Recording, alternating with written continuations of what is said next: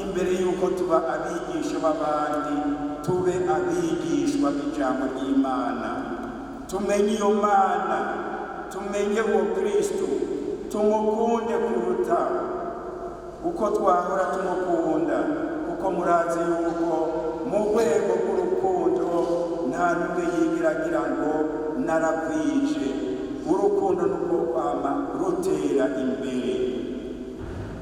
Inzira twocamo inkuru nziza yayitwibukije igihe Yesu yaheza gusoma igitabo yiroresha ko amajambo, umwanditsi w'inkuru nziza aciye avuga ati abari mu isinagoga bose bari bamuhanze amaso. Ngo abari mu isinagoga bose, ni ukuvuga bari ngaho bose, ngo bari bamuhanze amaso. Niko gusozera agira ati uyu munsi ivyanditswe vyarambutse imbere yanyu. Rero bavukanye, tugomba gutera imbere mu ibanga ryacu no mu butumwa bwacu. Nta yindi nzira irashe iriho atari yo kuguma duhanze amaso Kristo. Abari mu isinagoga bari bahanze amaso Yesu. Ntitugwe mu mutego wo kuza turiraba, kuko kenshi ivyo bituvyarira kwiyemera canke kwiyemeza. Iyo umuntu akunda kuza ariraba ivyo ashoboye n'ivyo adashoboye, aca atangura kuraba ingene yo kwiyemera n'ingene yo kwiyemeza, canke nawe bikatuvyarira nka kwinebagura no kuvunika inkokora. Ntitunakunde kuza turaraba abandi, kuko Imana iratanga mugabo ntiringaniza. None hari naho twohava twigereranya n'ubushoboye bike, kandi Imana yadutatse ingabire nyinshi, canke naho tukagomba kwigereranya n'uwo tutangana bikaduta kuw'amazi.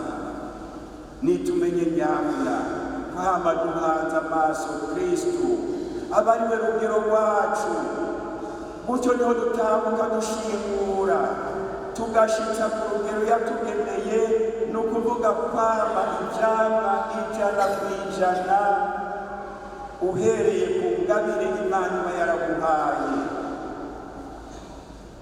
Kwama ivyamwa ijana kw'ijana.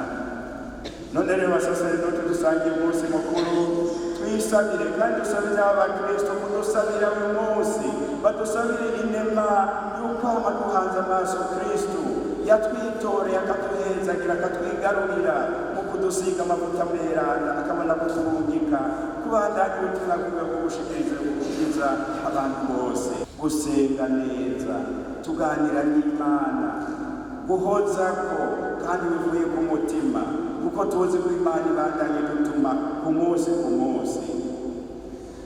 Ni kandi kwakuza turaninaza neza amasakaramentu, tutabigira nk'umurimo wo gusengesha abandi gusa, mugabo turumva ko natwe turiko turasenga kumwe n'igihugu dusengesha.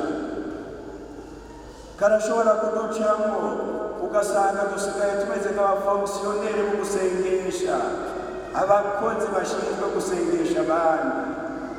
Natwe ntidusenge, canke naho ntidusenge bikwiye.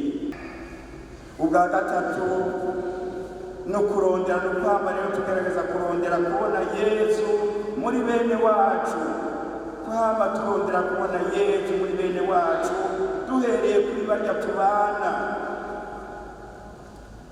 ariko kandi na cane cane muri barya ya nkuru nziza y'amata yitubwira urubanza, ivy'urubanza rw'imperuka, aboro, imfuvyi, abapfakazi, abagowe, abagwaye, ababoshwe, abarenganywa n'abasa nabo, kuko tubisanga muri Matayo 25.